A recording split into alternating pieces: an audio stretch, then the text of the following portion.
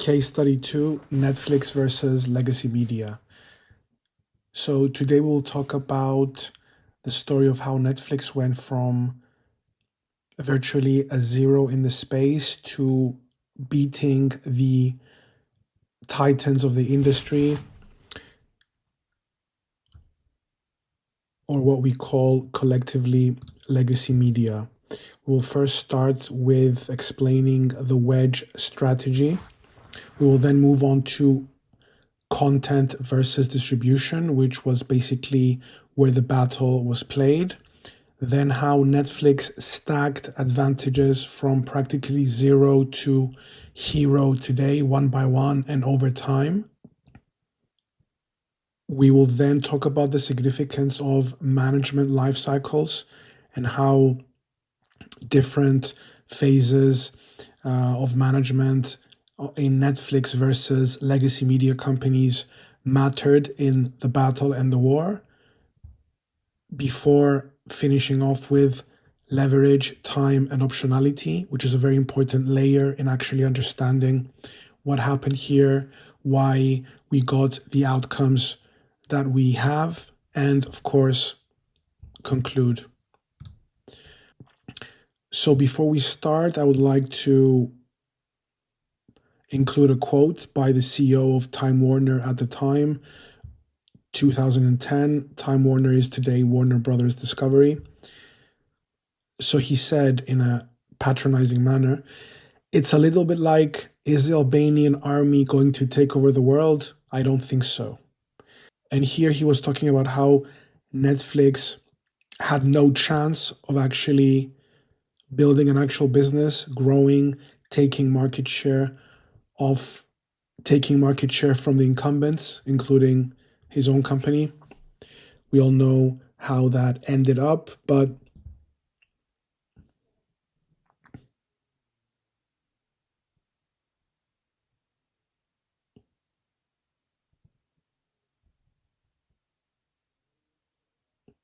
let's get into the weeds a bit and see exactly what happened. The wedge strategy. So what exactly is a wedge? A wedge is simply a strategy to win a larger market by initially capturing either a tiny part of a larger market or a large part of a small adjacent market. To elaborate on this, in number one, a tiny part of a larger market, obviously the intention is to later grow that tiny part and take over a bigger and bigger share. In number two, a large part of a small adjacent market. So if you conquer a small adjacent market, then you have a business that you can build on to capture the bigger market, which is adjacent to this small market.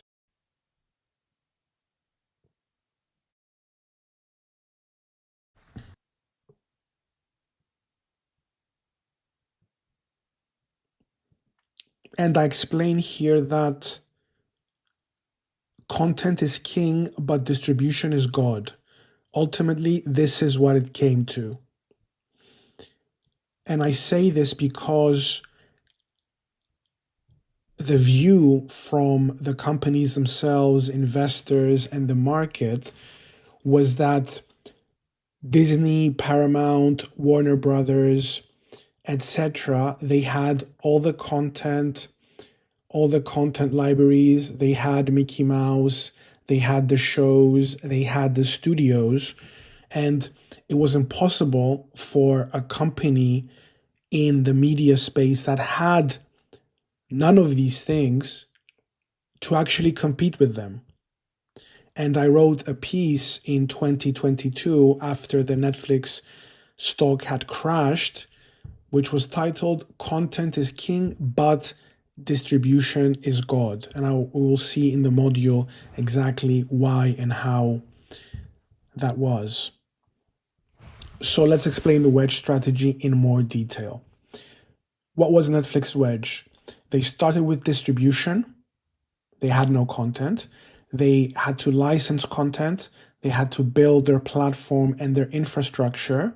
And by licensing content, by building their user base, that is to say distribution, they managed to increase the number of subscribers. And after they did that, they moved up the value chain into actually producing content. So they used some of their money to create Netflix produced content. Now, the problem here for legacy media was that, as we said, they owned all the content, but they had weak distribution. They had not yet discovered DTC, direct to consumer. What Netflix was only DTC, because they started by renting DVDs, and then they stacked that and they slowly pivoted to the DTC subscription model.